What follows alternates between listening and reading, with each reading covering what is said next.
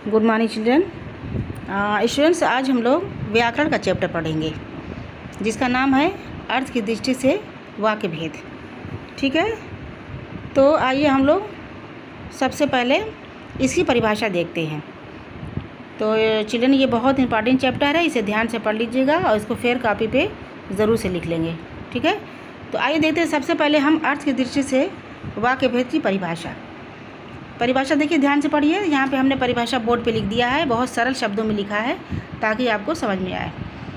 सार्थक शब्दों का व्यवस्थित समूह जिसके माध्यम से मन के भाव विचार प्रकट किए जाते हैं उन्हें हम वाक्य कहते हैं। ठीक है, फिर से एक बार देख लीजिए कि सार्थक शब्दों का व्यवस्थित समूह जिसके माध्यम से मन के भाव विचार प्रकट किए जाते हैं उन्हें हम वाक्य कहते हैं। अब सार्थक शब्दों का यानी जिसका कोई अर्थ हो, सार्थक निरर्थक नहीं होना चाहिए। सार्थक शब्द यानी जिसका अर्थ है, व्यवस्थित यानी जो बिल्कुल क्रमानुसार व्यवस्थित हो और जिसके माध्यम से मन के भाव विचार प्रकट किए जाते हैं, यानी जो मन के हमारे भाव आपके भाव हैं वो विचारों को जो जिसके द्वारा हम प्रकट करते हैं उन्हें हम क्या कहते हैं, वाक्य कहते हैं। ठीक है, अब देखिए इसमें जो है कुछ पॉइंट है जो बहुत ही ध्यान रखने वाली बात है। तो आइए हम देखते हैं कि कौन कौन से पॉइंट है, कौन कौन सी बातों को हमें बहुत ध्यान से रखना चाहिए। पहला है कि वर्डों से शब्द बनते हैं, ये आप जानते हैं कि वर्डों से ही शब्द बनते हैं। दूसरा है कि शब्दों से वाक्य बनता है। ठीक है, और तीसरा है कि वाक्य में प्रयुक्त होने पर शब्द क्या होता है, पद कहलाता है। वाक्य में प्रयुक्त होने पर शब्द पद कहलाता है। चौथा है कि वाक्य में सार्थक शब्द होते हैं। मैंने बताया था कि सार्थक होना चाहिए, निरर्थक नहीं, तो वाक्य में सार्थक शब्द होते हैं। पांचवा है कि वाक्य में सभी पद मिलकर किसी भाव या विचार को व्यक्त करते हैं। छठवा है कि वाक्य में कर्ता और क्रिया का होना आवश्यक है। और सातवां है कि वाक्य छोटा और बड़ा भी हो सकता है, दोनों हो सकता है। और लास्ट है आठवां कि बातचीत में एक शब्द का एक वाक्य भी सुनने को मिल जाता है। ठीक है, तो ये रहा आपका कुछ ऐसे पॉइंट, ऐसे बिंदु जो बहुत ही ध्यान देने की ज़रूरत है। अब स्टूडेंट्स आइए हम देखते हैं वाक्य के भेद। ठीक है, तो समानता अर्थ और रचना के आधार पर वाक्य के दो भेद होते हैं। तो वाक्य के दो भेद होते हैं, इसमें एक होता है अर्थ के आधार पर और दूसरा होता है रचना के आधार पर यहाँ पर स्टूडेंट्स आप एक चीज़ का ध्यान दीजिएगा कि आपको सिर्फ अर्थ के आधार पर वाक्य पढ़ना है। ठीक है, क्योंकि रचना के आधार पर आपके पाठ्यक्रम में नहीं है, ये आप 10th में पढ़ेंगे। ठीक है, बाद में आप लोग ये मैसेज करके परेशान मत करिएगा कि रचना के आधार पे आपने क्यों नहीं पढ़ाया। तो मैंने आपको पहले ही बता दिया है कि आपको सिर्फ अर्थ के आधार पे वाक्य पढ़ना है।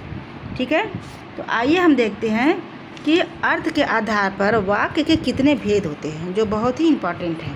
ठीक है, तो आइए हम देखते हैं कि अर्थ के आधार पर वाक्य के 8 भेद होते हैं। 8 भेद। अब देखिए, इसमें पहला है कथनात्मक या विधानवाचक वाक्य। दूसरा है निषेधवाचक वाक्य या नकारात्मक वाक्य। तीसरा है आज्ञार्थक या विधिवाचक वाक्य। चौथा है प्रश्नवाचक वाक्य, प्रश्नार्थक वाक्य। पांचवा है इच्छावाचक वाक्य। छठवा है संदेहवाचक वाक्य। सातवां विस्मयादिबोधक और आठवां है संकेतवाचक वाक्य। ठीक है, अब आइए सबसे पहले हम आपको कथनात्मक या विधानवाचक वाक्य को समझाते हैं। ठीक है, तो सबसे पहले देखिए हम आपको इसको डिफाइन करते हैं, परिभाषा हम आपको बताते हैं कथनात्मक या विधानवाचक वाक्य की परिभाषा। इसकी परिभाषा है कि सामान्य कथन अथवा किसी वस्तु या व्यक्ति की स्थिति अवस्था का बोध, स्थिति और अवस्था का बोध कराने वाले वाक्य कथनात्मक वाक्य या विधानवाचक वाक्य कहलाते हैं। ठीक है, ध्यान से देखिए इसका डिफिनेशन कि सामान्य कथन अथवा किसी वस्तु या व्यक्ति की स्थिति अवस्था का बोध कराने वाले वाक्य कथनात्मक वाक्य या विधानवाचक वाक्य कहलाते हैं। अब जैसे देखिए इसमें उदाहरण दिया हुआ है, जैसे है कि हमारा स्कूल मालवीय नगर में है। दूसरा है कि उसका पुत्र बहुत होशियार है। और तीसरा है पृथ्वी गोल है। चौथा है कि अक्षित डॉक्टर है। अब इसमें आपने देखा कि यहाँ पे सामान्य कथन में किसी वस्तु या व्यक्ति की स्थिति की अवस्था का ये बोध कराता है। ठीक है, तो ये हो गया आपका कथनात्मक या विधानवाचक वाक्य। ठीक है, अब देखिए दूसरा है कि निषेधवाचक वाक्य या नकारात्मक वाक्य भी हम इसको कहते हैं। कभी कभी ये भी आता है कि नकारात्मक वाक्य लिखिए।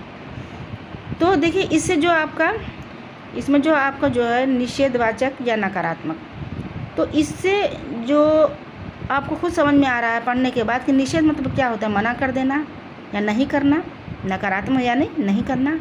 तो ये जो है आपको इस टॉपिक समझ में आ रहा है आपको कि जो हेडिंग है उसी से आपको इसका डिफिनेशन समझ में आ रही है। अब देखिए इसमें है कि जिन वाक्यों में किसी बात या कार्य के न होने, ठीक है, या करने का भाव न होने या करने का भाव प्रकट किया जाता है उनको निषेधवाचक वाक्य भी कहा जाता है, क्योंकि इन वाक्यों में कथन का निषेध किया जाता है। समानतः हिंदी में सकारात्मक वाक्यों में नहीं न मत लगा करके निषेधवाचक या नकारात्मक वाक्य बनाए जाते हैं। तो यहाँ पे कुल मिलाकर के मोटी बात यह है कि यहाँ पे जिस शब्दों में न का प्रयोग होता है या नहीं का प्रयोग होता है उसको हम सीधे सीधे निषेधवाचक वाक्य कहते हैं। ठीक है, देखिए इसमें एग्जाम्पल है कि मोहन इस समय फुटबॉल नहीं खेल रहा है, यहाँ पे नहीं का प्रयोग किया गया है। दूसरा है कि चाचा जी नहीं आए, देखा आपने, फिर भी नहीं का प्रयोग हुआ है। अब तुम मत खेलो, यानी नहीं खेलो या मत खेलो सेम चीज़ है। तो ये देखिए यहाँ पर भी नहीं का प्रयोग हुआ है। और लास्ट है कि आप घास पर न चलें, यहाँ पे भी न का प्रयोग है। तो सीधी सीधी बात आपको समझ में आ जाना चाहिए कि यहाँ पे न या नहीं का प्रयोग जहाँ पे होता है, मत का प्रयोग होता है, वो निषेधवाचक या नकारात्मक वाक्य कहलाता है।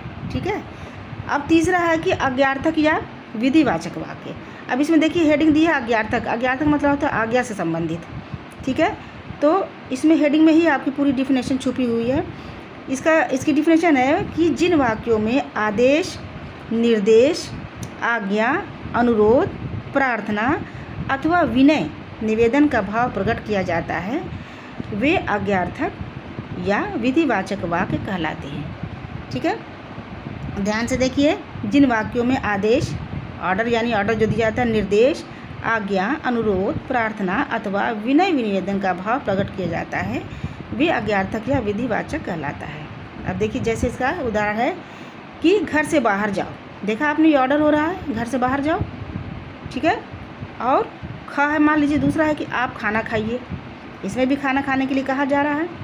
ग है कि रेखा किताब पढ़ो, ठीक है, इसमें किताब पढ़ने के लिए कहा जा रहा है। और लास्ट उदाहरण है कि कृपया यहाँ हस्ताक्षर कर दीजिए, यहाँ भी कहा जा रहा है करने के लिए। तो अज्ञार्थक यानी आज्ञा से संबंधित जो भी आपके कथन होते हैं उन्हें हम क्या कहते हैं, अज्ञार्थक या विधिवाचक वाक्य। ठीक है, अब देखिए लास्ट है प्रश्नवाचक वाक्य। प्रश्नवाचक वाक्य में जाहिर सी बात है, इसमें हेडिंग में समझ में आ रहा है कि प्रश्न पूछना यानी प्रश्न से संबंधित। अब इसकी देखिए परिभाषा है कि जिन वाक्यों में मूल में कुछ जानने की इच्छा होती है और वक्ता श्रोता से यह अपेक्षा रखता है कि वह उत्तर देकर जिज्ञासा को शांत करें, ऐसे वाक्य को प्रश्नवाचक वाक्य कहते हैं। इसमें सीधी सीधी बात यह है कि यह कह रहा है कि जिस वाक्य में प्रश्न से संबंधित सवाल पूछे जाते हैं या प्रश्न पूछे जाते हैं उसको हम क्या कहते हैं, प्रश्नवाचक वाक्य। देखिए उदाहरण दिया हुआ है, अब क्या समय हुआ है, क्वेश्चन मार्क है, समय पूछा जा रहा है। दूसरा है कि कल कौन आया था, क्वेश्चन मार्क है। फिर क्या तुम खेलोगे, इसमें भी पूछा जा रहा है, क्वेश्चन मार्क है।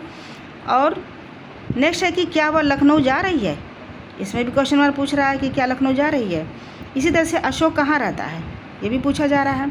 आपको कब जाना है, पूछ रहा है कब जाना है। और नेक्स्ट उदाहरण कि इस मकान में कितने परिवार रहते हैं, इसमें भी प्रश्न पूछा जा रहा है।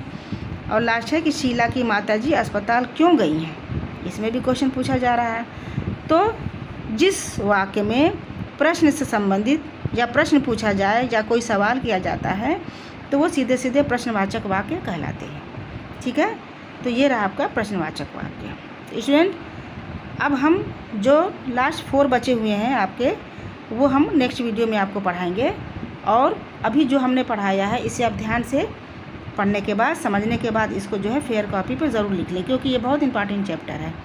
ठीक है, तो ये हमने आपको 4 भेद हमने पढ़ा दिया है, अर्थ के आधार पर 4 भेद पढ़ाया है। पहला कथनात्मक है, दूसरा निषेधवाचक, तीसरा अज्ञार्थक और चौथा है प्रश्नवाचक। इसे आप ध्यान से पढ़ करके समझ लीजिएगा। ठीक है, थैंक यू।